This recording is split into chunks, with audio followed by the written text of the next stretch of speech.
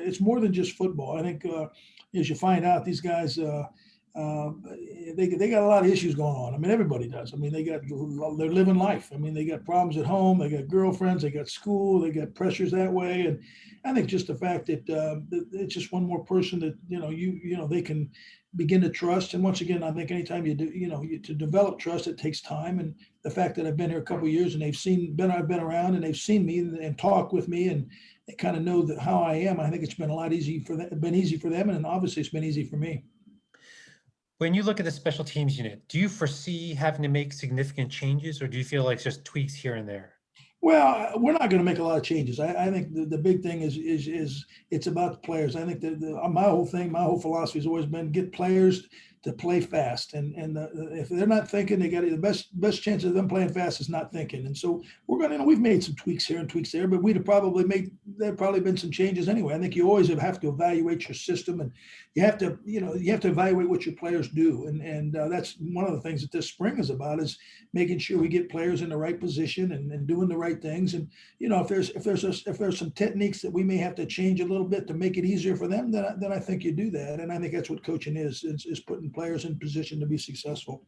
So to say that there's going to be a lot of changes, I don't foresee a lot. There'll be some, obviously, but I think there would have been some anyway. There are so many new faces among the coaches, and I asked this next question half in jest, but did you guys have to wear like name tags so that the players could recognize who some of the guys were? Well, I didn't. I mean, and I think the one thing in the coaching profession, Locks has done a great job of assembling a very knowledgeable, very good, personable staff. And I think that's, knowing, if you know Locks, which I know you do, he's about people. And I think that's what this program is about, is people. And so he's got a staff that everybody it communicates very well. Everybody relates very well, and the players have had.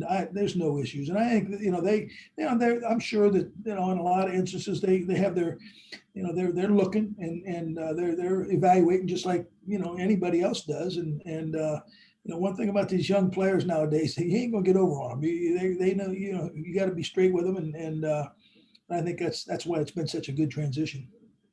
Can I ask, where did WeFence come from? Well, the one thing about special team, I'm not sure where I got it. I like to say it was mine, but it really, I got it somewhere. I think I started using it when I was in Green Bay.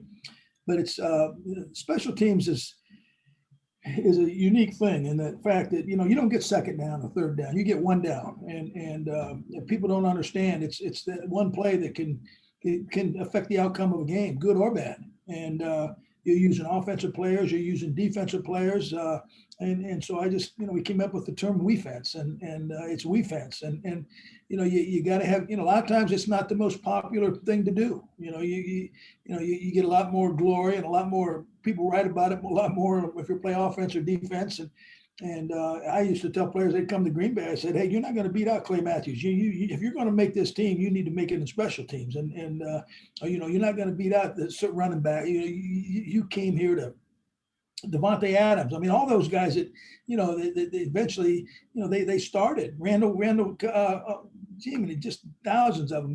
They get their start in special teams. That's where they get their experience. And I think the one thing that I've learned as I've gotten older is for the most part, whether it be college or the NFL, these guys haven't played much special teams.